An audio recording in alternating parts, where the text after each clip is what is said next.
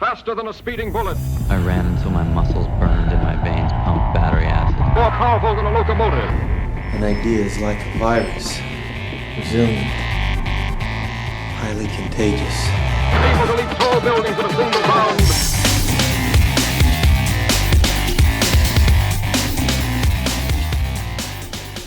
All right, Shane, welcome to the Better Humanology podcast. Man, I'm super glad to have you on today. Thank you. I am stoked to be here. So I like to get started running with my guests, and we do that by challenging the listeners and challenging myself. Really, I take on every single challenge that the guests give us. And do you so, really? Yeah, I do. So perfect. Don't go too hard. No, I'm just kidding. Whatever you got. I like to read the books that are recommended to me from guests. I like to do any of the challenges they have. So we're going to start right off the bat with a fitness challenge. Do you have a fitness challenge for me and the listeners? Yes. So one of my favorite challenges is a simple 2K on the rower. 2K 4 time is, in my opinion, one of the most challenging physically and mentally workouts that you can do. And the challenge that I wanted to put out to you guys is to add a little twist that doesn't normally get thrown in and makes it a bit more of an engaging mental workout and tests you and kind of your character as an athlete, which is why I like it. So the fitness challenge is a 2K, either without a monitor, meaning you fold the monitor up and you don't get to look at your monitor throughout the workout, or you find somebody of about equal caliber fitness to yourself and you swap your monitor cables and face each other. So your monitor is reading their output and their monitor is reading your output, and you race each other for a 2K. That's awesome. I love the entire thing for so many reasons. But one, the 2K is awful as is, and so putting in that mental twist. I mean, you fit in perfectly with this podcast. That's an amazing recommendation. I only have the one rower, and I normally train alone, but I'll go with the no monitor 2K this week. Perfect. All right, man. Yeah, just have somebody watch it for you so you know when you're done. Yeah, I'll have my wife out there or something. How about a mental toughness challenge? So this one has been kind of a regular practice of mine lately, and it's not something that I've always been the best at, but I am constantly working to improve on. But it is to be still with your mind for 20 minutes and removing all possible distractions. So phone off, TV off, putting yourself in the corner of a room where nobody can distract you. Set a timer for 20 minutes, preferably some kind of manual clock, not your phone, and just sit, close your eyes, and be with your mind for 20 minutes. I think not enough people take the time in their lives to do that, and the benefits of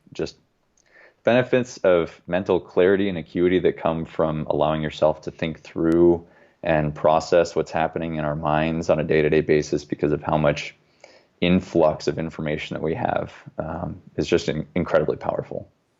Yeah, man, I love that. So not like straight meditation, like you can think, just like try to be like not stimulated.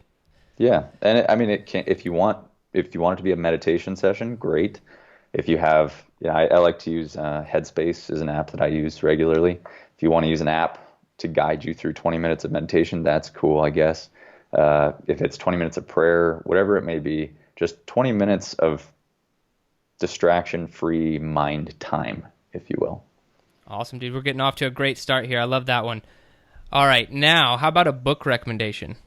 All right, so this one's a bit focused. This is going to go to more of a niche crowd here, but I have a baby on the way, and my wife and I have been talking. Thank you very much. My wife and I have been talking through, and I'm a huge advocate for minimalism, and I try to constantly keep that in my mind as I'm thinking through life in general. And I just finished a great book called Clutter Free with Kids. Okay. And it's an excellent, if you appreciate the minimalist attitude and you really believe in that, I think it's a great book because it forces you to think about decisions you make with children and how it's possible to live without excess while you have kids, which while I don't have a child yet, I anticipate will be a challenge. And so I read it kind of as a preemptive strike on making sure that we don't end up in that place where, kid clutter ends up just running our household. Yeah, man. And I think I have a 4-year-old and a 2-year-old, and they definitely can potentially bring their excess clutter. But my wife and I are very, very similar mindset, minimalist.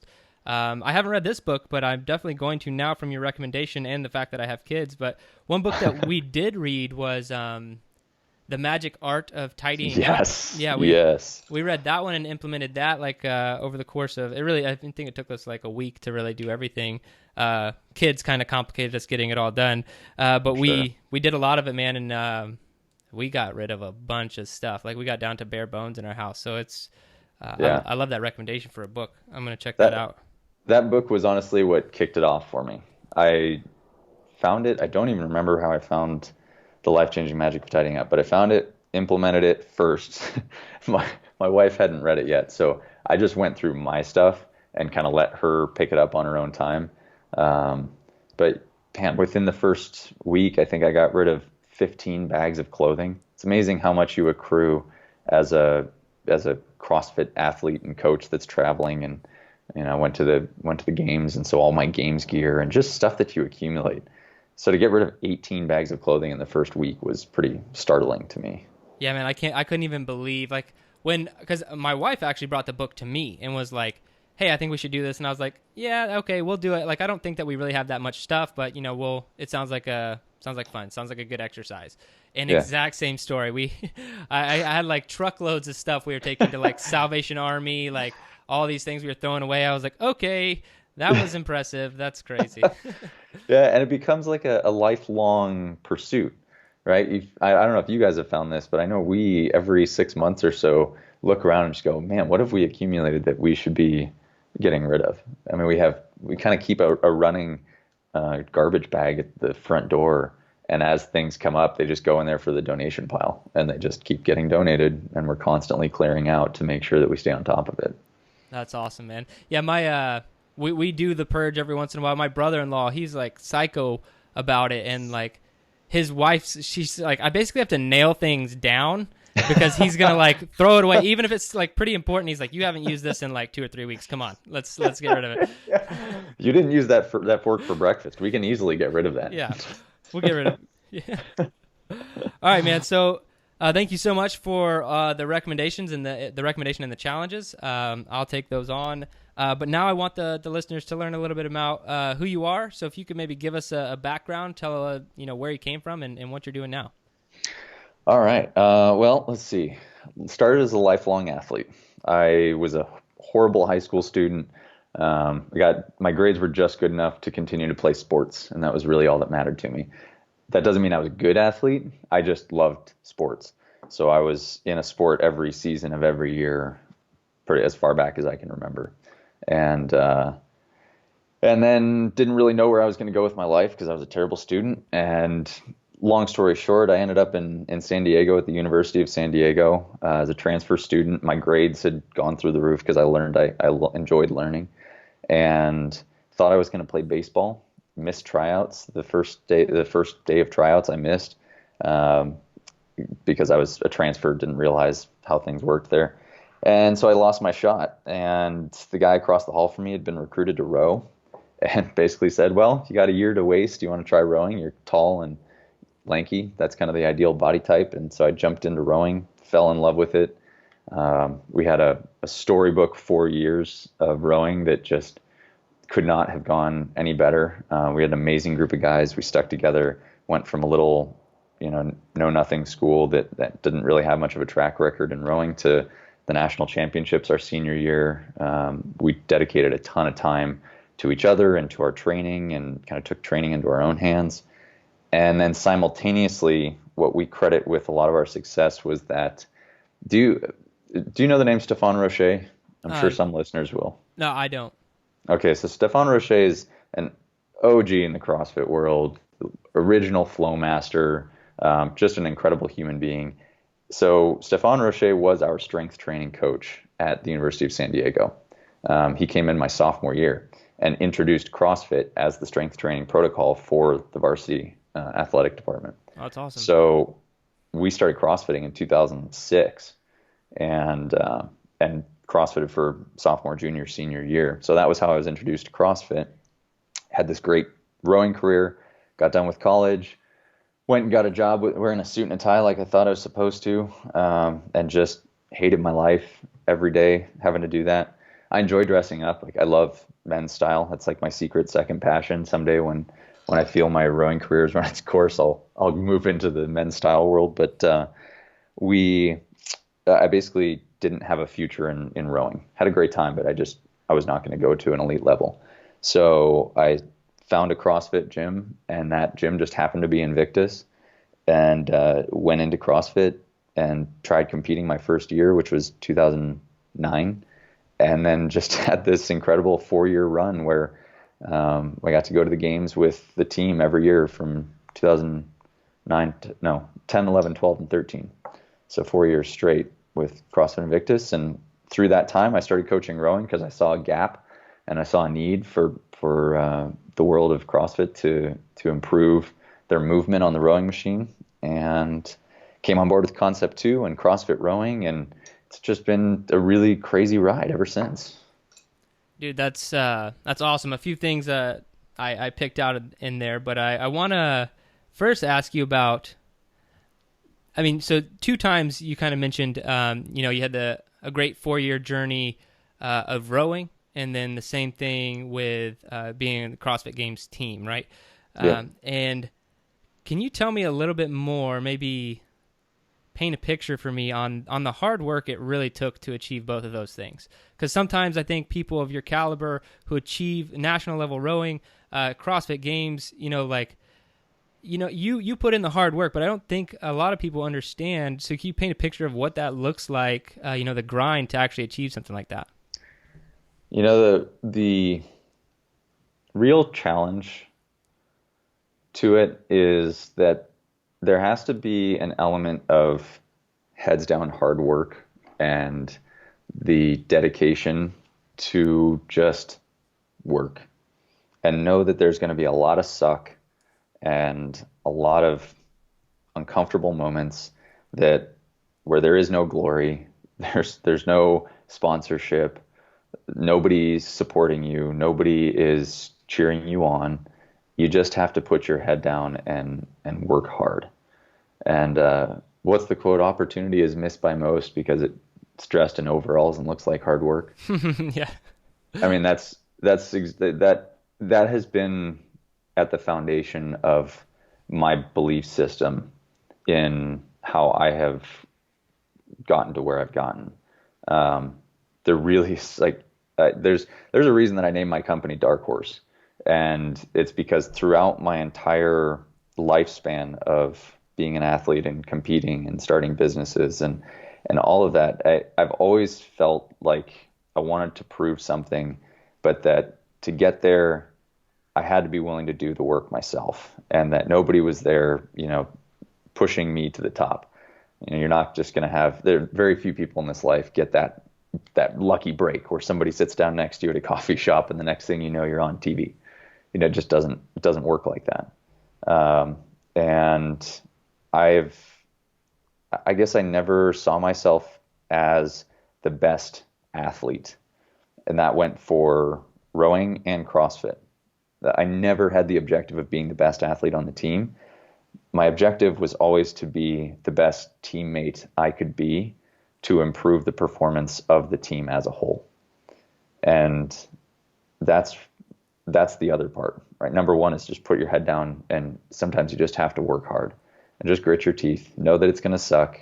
It's okay to complain. You complain to your friends that you're training with. You complain to your significant other when it sucks, and that's okay. You got to have an outlet somewhere, but you still have to do the hard work. And the second is try to bring everybody around you up. There's far more value in that than trying to put yourself at the top of it all. Very few people succeed that way. But when you make everyone around you better, what is it? A rising tide lifts all boats. That's incredible, man. I think that's really great advice, and I appreciate you kind of breaking it down to 2-step process there. I think that often goes overlooked And that's one thing I bring a lot of guests on the podcast, and I think that sometimes they have a hard time even quantifying the amazing things that they've achieved because they had such an amazing work ethic like you do that they don't even realize what it is. But it's great that you have this amazing perception. You're very in tune with what it takes to get where you are.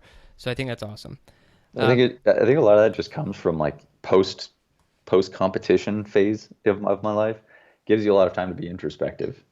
You look back and you kind of think about, wow, how did I get to where I am today? And it's just I think coming from CrossFit, when we were going to the games, I never thought that I was going to win the workout for the team. I just wanted to be out there having a great time and making sure that all my other teammates were the ones that would get to win the workouts. And I'd always be like second or third. I'll just be right there in the middle of the pack, making sure to lift everybody else up. And it just, I think, when you're in the thick of it, it's kind of hard to look at it and say, wow, this is exactly what I'm doing right now that's creating what's happening. Right. When you're done, you get to look back and have a little hindsight on things.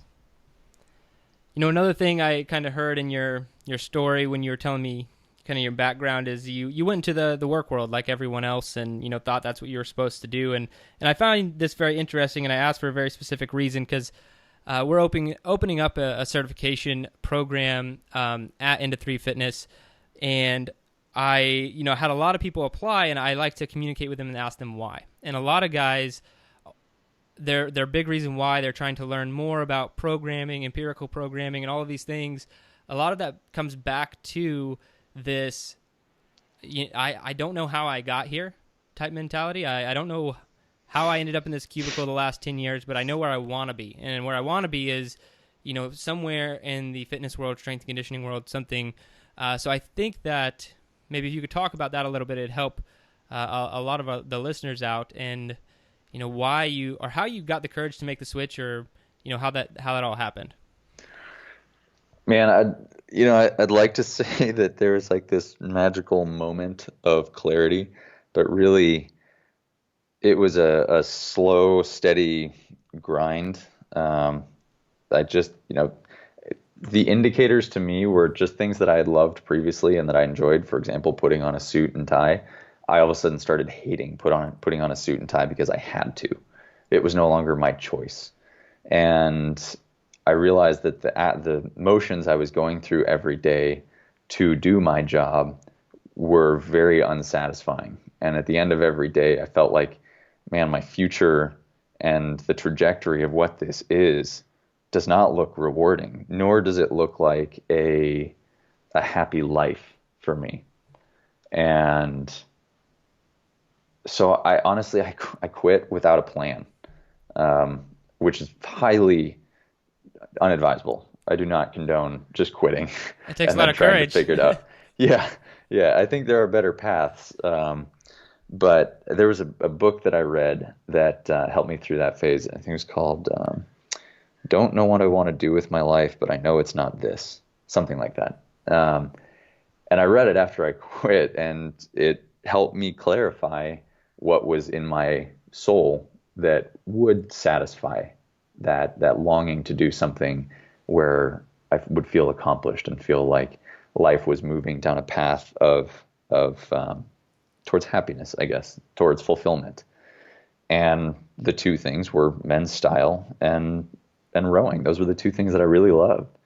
And the influences around me allowed me to be able to build my own rowing program at Invictus, and shortly thereafter come on board with Concept 2 and stayed there for a few years, and then I realized the need for Dark Horse and founded Dark Horse and kept things rolling. But really what that decision was being able to listen to what was going on inside.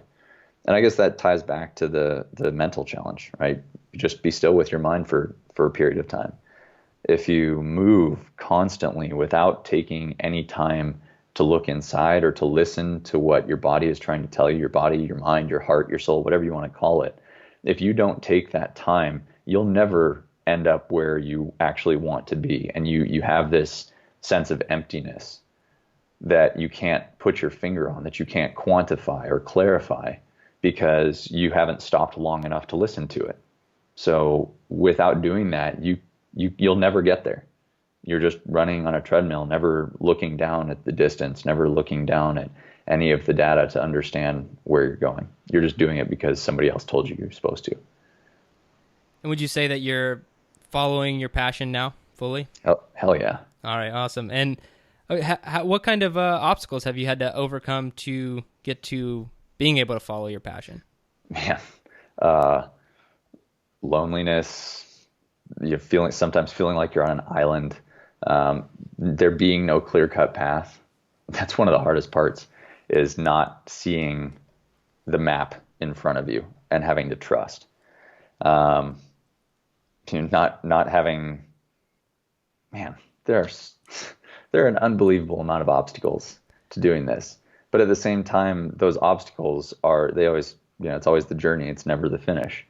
So that they're part of the journey. So I don't necessarily see them as obstacles. I just see them as, if you want to, a puzzle, and I'm just figuring out where each piece goes every day. I have to try and figure out the puzzle a little bit more, because life is just one giant puzzle. If I were sitting at a desk job, I'm just letting somebody else dictate what I'm supposed to do, and I don't take any ownership of my life.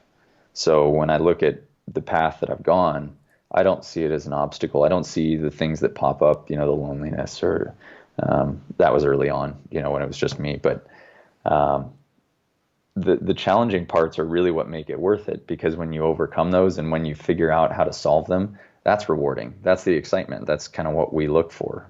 And, Jerry, you tell me, but in my world, that's the exciting stuff. And I would imagine you find the same in the work that you do. Oh, yeah. I know as an entrepreneur myself, it's, being an entrepreneur in general is like the hardest thing I've ever done, but I wouldn't have it any other way. And I just, right. It's kind of, I don't think that it's necessarily for everyone. I don't think that everyone has to, do their own thing to be happy or whatever. I think a lot of people are, they might be in careers where they love their job and they love what they're doing. But for me, it was very clear, like it was for you. I was in the military, loved serving my country, but I couldn't take that being told what to do by someone else, especially if I saw, some of that could have very well been immaturity, but that immaturity that I had, busted out into me creating my own business. So tell me a little bit more about your business, and for maybe people who aren't familiar.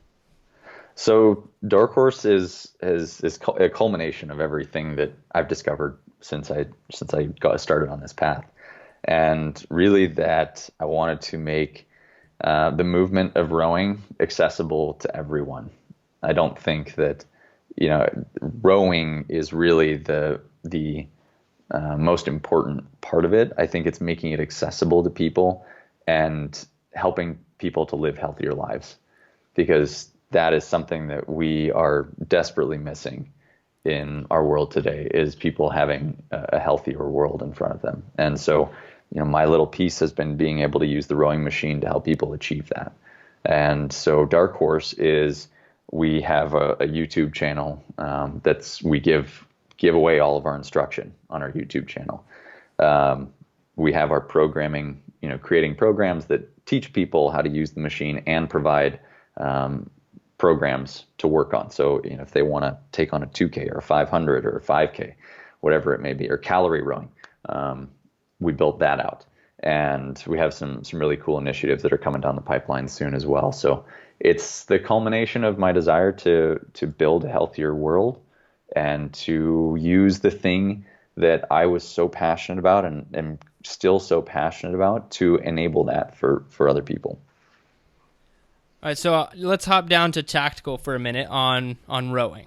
Okay. So I get this question often because I have, I train a lot of garage gym athletes. So we're at home and they're like, man, maybe I only have space for one piece of cardio equipment or like something big like a rower or bike or whatever.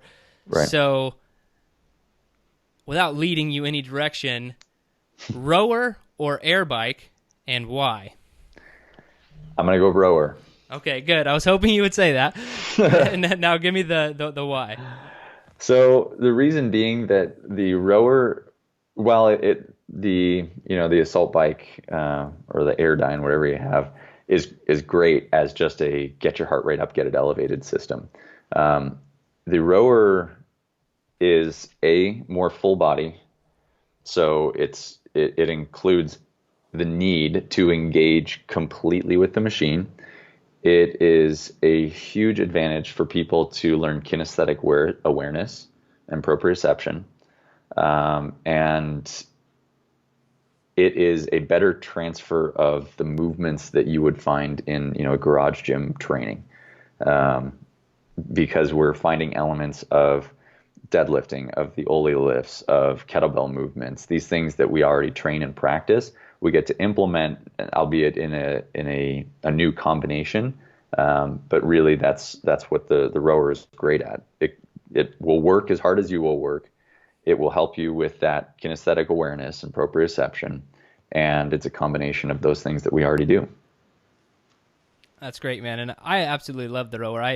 I didn't have as polished an answer when people asked, but I always say rower. Oh, thank you.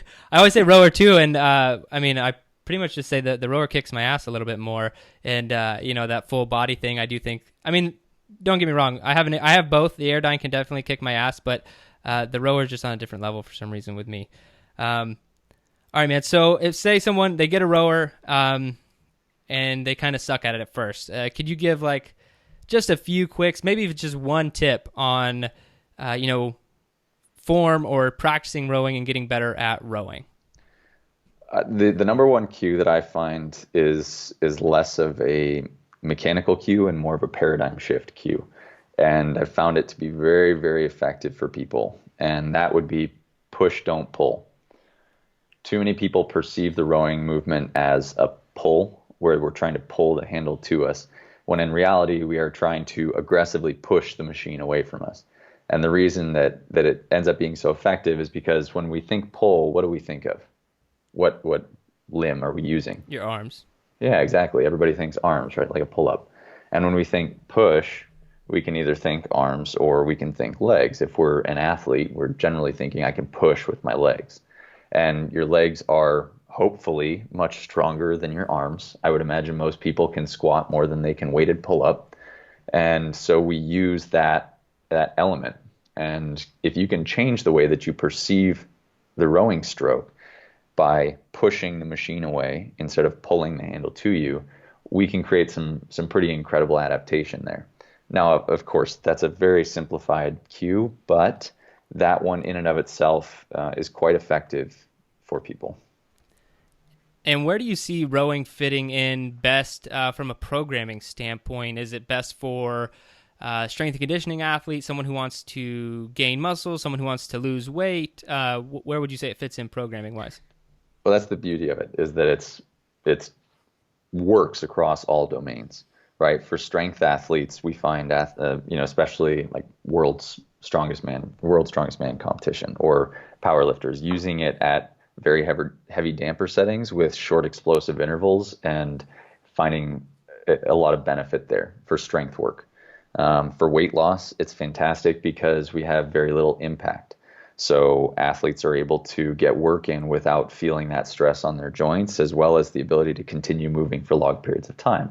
So you can introduce new movement. You can just introduce activity again for somebody who's been sedentary for a long period of time.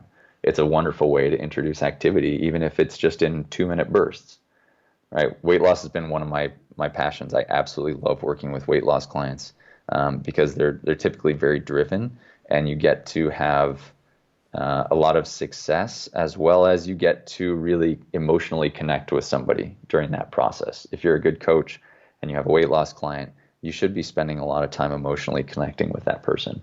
And that machine just has the ability to work across all domains for whatever kind of athletes we're looking at. And you take it to the complete opposite end of the spectrum with an endurance athlete. You can take the damper setting low. You can spend hours sitting on that thing and just working low base aerobic without having to leave your house. And just out of curiosity, where do you think the damper setting should be for maybe like just a CrossFit athlete? That is a loaded question. I know, right? It's really up to you. Okay. There is no right damper setting. too often people think that if they're strong, they need to lift the damper setting all the way to the top, and if they're weak, they should have it low. Often it can be the inverse. If you really think about it, all that's changing is the feeling of resistance on the machine. So when you're up at a 10, you're allowing a lot of air to flow into the flywheel. So it feels heavy and it slows down quickly.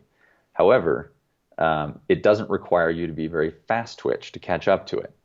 And so slow twitch athletes tend to find that they're much more comfortable at a high damper setting, which is the opposite of what most people are thinking, right? Because those extremely explosive, powerful athletes are thinking, well, it's strength, but really it's not about the strength. It's about your connection to the machine that matters. So an explosive athlete might be much more comfortable at a low damper setting, because if you bring the damper down, you pinch off the air supply, which means the flywheel spins quickly and continues to spin. So to catch up to that flywheel, you have to be fast and explosive, which means that a fast twitch athlete may be more comfortable because they can catch up to that flywheel speed very easily, whereas an endurance athlete may really struggle with that fast twitch connection to the machine. I think that explains it perfectly, man. I really that's good. Where do you keep it normally, and how tall are you? Just out of curiosity. I'm 6'3". Okay. And I tend to drag factor is actually the calibration unit of damper setting. You find it in the monitor. Most people aren't sure that it's there. It's just under the more options menu, and it's just a calibration unit. So instead of setting it at a 3 or a 5, it gives you a number associated with that. So the drag factor that I traditionally row at will be somewhere between 100 and 110, which ends up in the 3-ish range. Okay. So I row pretty light because I enjoy being able to be quick and explosive and catching the tension of the flywheel and not experiencing the fatigue of a heavy damper setting. Okay. Great, man. I'm going to shift gears on you here. Okay. So say there is a nationwide curriculum implemented, and the president calls you up and he says, you're responsible for one chapter of the book. So every single child in America, they're going to have to read your chapter, and they're going to be tested on and pass before they're allowed to graduate high school. So what's your chapter about? My chapter is going to ensure that our children continue to think about the art of play for the rest of their lives, and that we don't lose the ability to play. That means getting on the ground, using quadrupedal movement, just continuing to move for the rest of our lives. That is an absolutely critical element of being a human being, is maintaining movement, and it doesn't matter what fitness regimen you choose. All that matters is that you keep your body moving and healthy at a base level, and you can do exciting stuff leaping off of that. But as a core fundamental policy, that our children need to not be put in desks and chairs and told to sit and be quiet for 9 hours a day. That they need to continue to think about moving and being on all fours, and that our world is meant to be played in. I think that's awesome, man. And I, as having children, and both, like I said, I have a 4-year-old and a 2-year-old, so not official school age yet. My oldest, he's getting there, but it's just such a challenge with knowing that is, the majority, that's where, what is set up for the world right now, is that sit down and be quiet for 9 hours a day or whatever. There are other options if you really look around, but it is troubling, having children and just thinking, man, that's what they want to do. And right now they're outside all the time playing. When I'm working out outside, they're outside pretending to work out, and all these. It is technically their workout. It's just they're trying to copy me, right. Whatever I'm doing. And I never want them to lose that. So absolutely. Well, that's you're leading by example, right? And Yeah. that's what makes a great parent, is somebody who shows their children just by example how to continue to lead a healthy life. Yeah, I said I really only have one goal, is for them to go over to their friend's house when they get older and then ask specifically where all the exercise equipment is and why it's not in their garage. That's a great goal. Yeah. All right, man. So I want to break you down a little bit more, like you in a day. So do you have any habits that you have to do either in the morning, during the day, nighttime, any rituals, routines, something like that? So I try to keep my mornings and my evenings to pretty like close rituals. So I try to wake up about 6:30, and first thing I do is get dressed, take my dog for anywhere from half an hour to an hour walk every morning.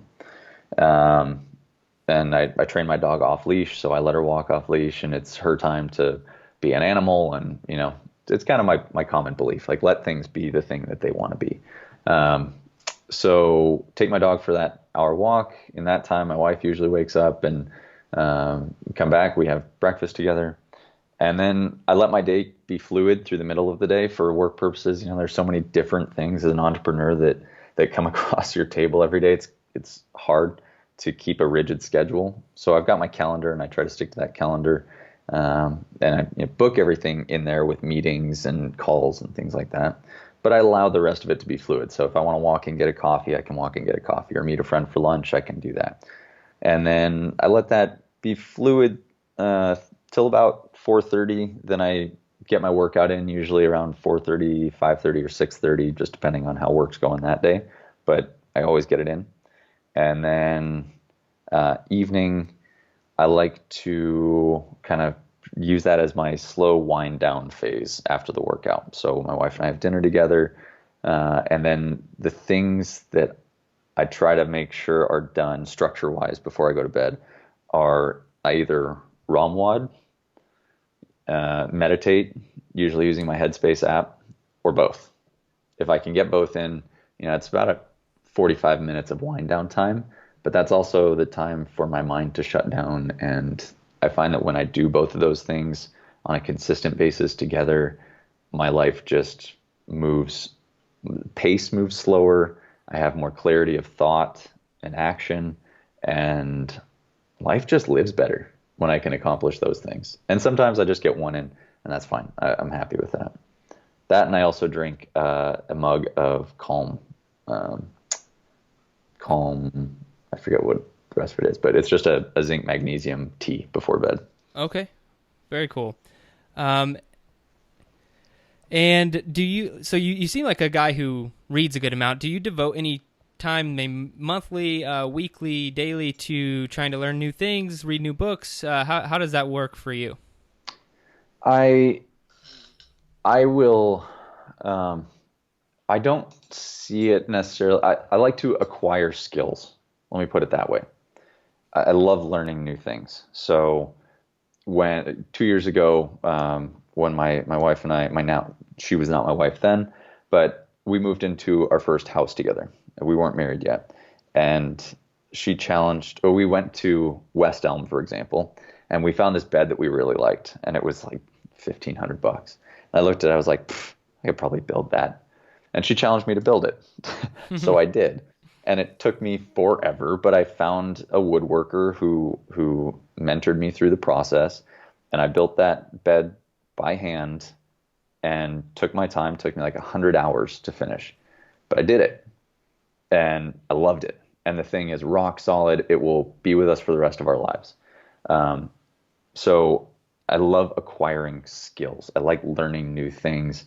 So reading is a way to access new skills for me, but I like the practical application more than I like the reading part of it, if that makes sense. So I read to pick up the skill, and then I like to actually try and implement to make sure that I really did acquire that thing, whatever it was. Okay, so you're reading books to acquire like a specific skill, and then it's not as much about the reading, it's going and implementing what you've read. Right. So it's not like I love reading, but it's not like I get through a book a week or a book a month, or I read the book so that I can pull the skill from it, and then I try to implement the skill. So it's like a cyclical process, right? For the Clutter Free with Kids, I read that, and then now it's been kind of an introspective, and so I've been doing work around the house to really think about the things that we've already aggregated from friends and whatnot for the baby on the way, do we really need this? Like, is this what we should have in our new house, or are we already setting ourselves up for that, that kind of cluttered world? What's the minimum that we can get away with? Does that make sense? Yeah, that makes perfect sense. I know. So I burn through a lot of books, and I never try and say that as like a badge of honor. But the reason I was doing it for a long time is because there's a lot of crappy books out there, and I would just like pick them up and be like, I read it, and I'd be like, and I'm a guy who has to finish something. It's so like, even if I'm like halfway through the book, I'm like, this book is absolute trash. Like I'll finish it what if because there's like, a nugget somewhere in there? I can't leave it. So, but I think there's a lot to be said about going deep on a book as opposed to just going real broad and trying to read like 1,000 different books. I think me personally, once I find one or two books that I really like, I'll do what you said. I'll stop and go really deep on that and like implement and do, especially if I think that it's going to, make me better, help my life, help my business, help my family, help my marriage, whatever I'm reading about at that time. I think that's a very valuable skill to have. I think that's really cool. That's how you do it. Yeah. Yes. I mean, we grow by learning. Right? Things that stay at rest never grow and tend to die. And our life should be this kind of constant evolution. You can't stay the same person your whole life. You have to evolve, and you have to adapt to the things that are around you, right? We both believe that, and I'm sure all the listeners believe that about fitness, right? We like adaptation in our training. We like to create results, and we find that by learning new skills and performing new actions that it gives us a roadmap to something better. And that applies to skill acquisition in all areas, whether it's just knowledge, maybe it's financial knowledge, maybe it's fitness, maybe it's mental health, maybe it's relationships, whatever it may be.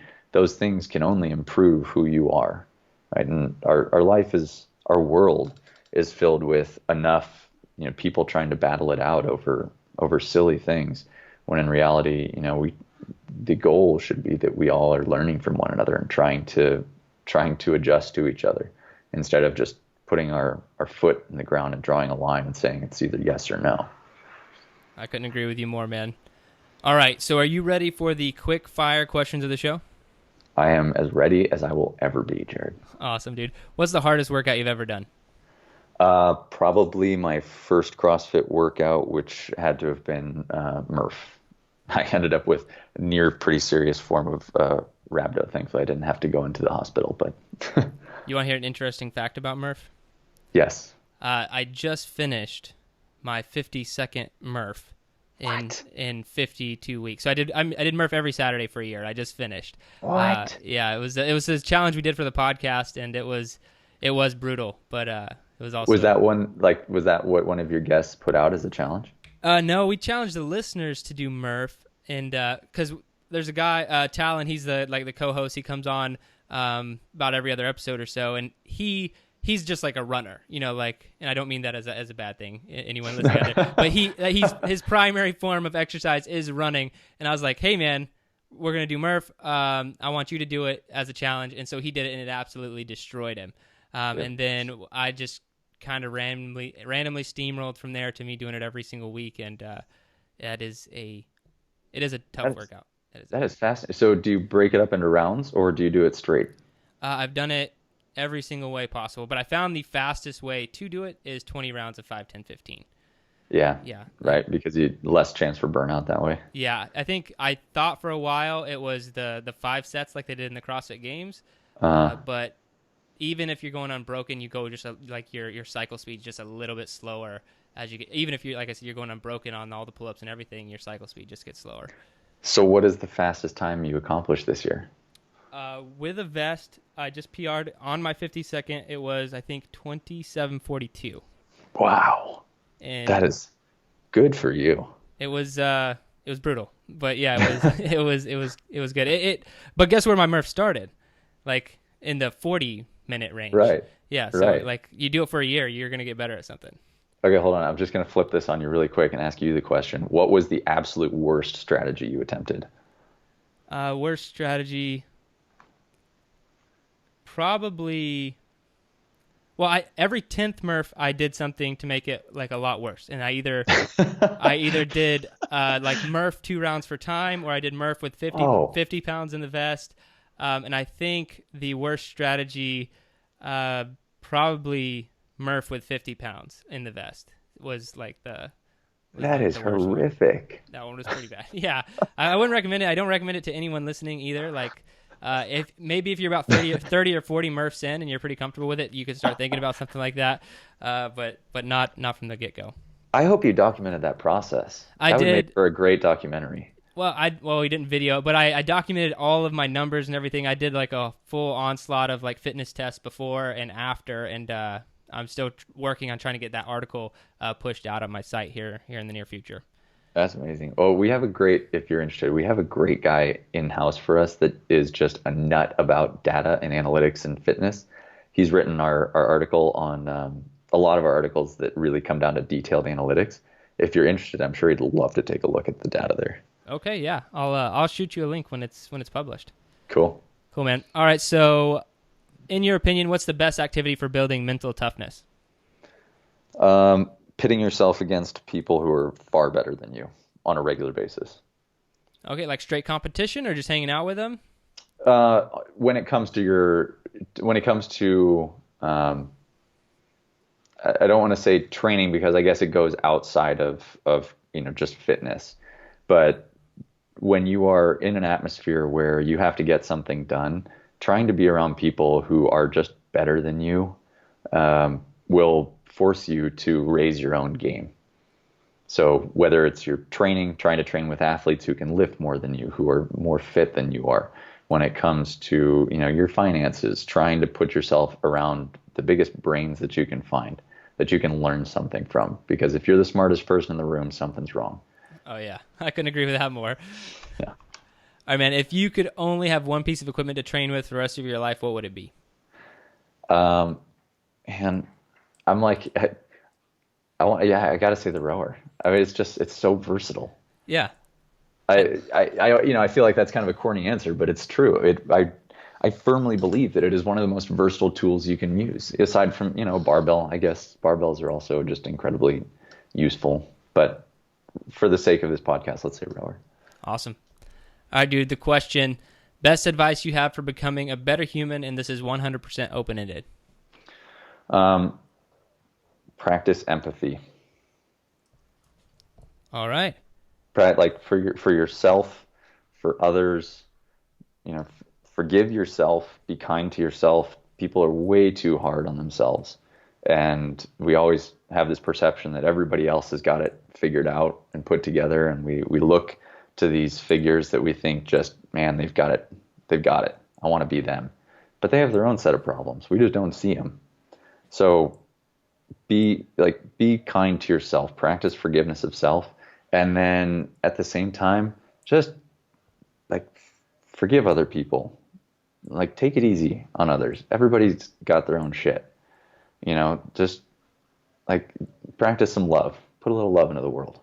It makes a big difference, and it goes a long ways. And it's amazing how small acts of kindness and small acts of just showing love can radiate out into the world. That person takes what you just did, and it gives them the motivation to go do that for somebody else. And it's a ripple effect. And it just continues to prove. And I know that may sound like super, super soft to some people, but damn, I mean, we got enough hard people in this world. We need a few more lovers out there. No, I agree with that, man. That's a lot, really touches on kind of just the path and journey I'm on right now. Two things come to mind is I was having a conversation with, I was at a conference, and he mentioned that comparison being it's legitimately a form of torture, torturing yourself, comparing yourself to others in a negative way, which it goes back to what you're saying, kind of beating yourself up and not being easy on yourself, being too hard on yourself. And then also, I just recently finished the book Rising Strong by Brene Brown, and this one was hard pill for me to swallow, and I'm still kind of working with it. Is the fact that she brings up this point that most people out there literally are doing the best that they can. And that might not be anywhere near your best. It might not be quote unquote good enough for you. Whatever they're doing might make you upset, angry. But if you put it through that lens of and this is why it's a hard pill for me to swallow, because sometimes I don't believe that everyone's doing the best they can. But Right. she makes a really strong point that they probably are, and she kind of defines what that means more. But sorry for rambling on. I just what you said really hit home with some things that I'm working on in myself right now. So I thought it was really powerful. Yeah, well, it's all true. Really, like, very few people are out there with malice in their hearts. Right? Very few people are like trying to do a terrible job or trying to make your life harder. Sometimes, yes, and I'm just as guilty as the next person. I'm by no means innocent of that. But at the end of the day, like, we're all just trying to be who we want to be, and you can't make somebody be something that they're not. And if you can, it's like training I'm not connecting humans to animals here, but training my dog, I got far better results when I was positively rewarding her than when she would get punished for something that she did wrong. It's amazing how quickly an animal can learn if you give them positive reinforcement. Now, again, I'm not relating to animals to humans here, but that kind of psyche, if you want to just get, like, people will surprise you if you give them the benefit of the doubt with some gentle support, right? Sometimes you have to support them in a certain direction, but people still need that support. They need to be told that they're doing a good job. We don't hear that often enough. I agree, man. All right. Well, I appreciate that answer, and I do want to give you opportunity now, because I'm sure a lot of listeners want to know, where can they learn more about your work, what you're doing, how can they connect with you? So darkhorserowing.com is our website, and that's where we'll be kind of releasing all our future stuff. And then all our social media outlets, if you want to see, all of our knowledge, all of our coaching is on our YouTube channel. So the Dark Horse Rowing YouTube channel. And then all our social media accounts are Dark Horse Rowing, Instagram, Twitter, Facebook. And then personally, just Shane Farmer. You can find my Instagram account at Shane Farmer. Awesome, man. Well, I will put links to all of that in the show notes when this is published, and I really appreciate your time today, man. Absolutely. Thank you so much for having me on, Jared.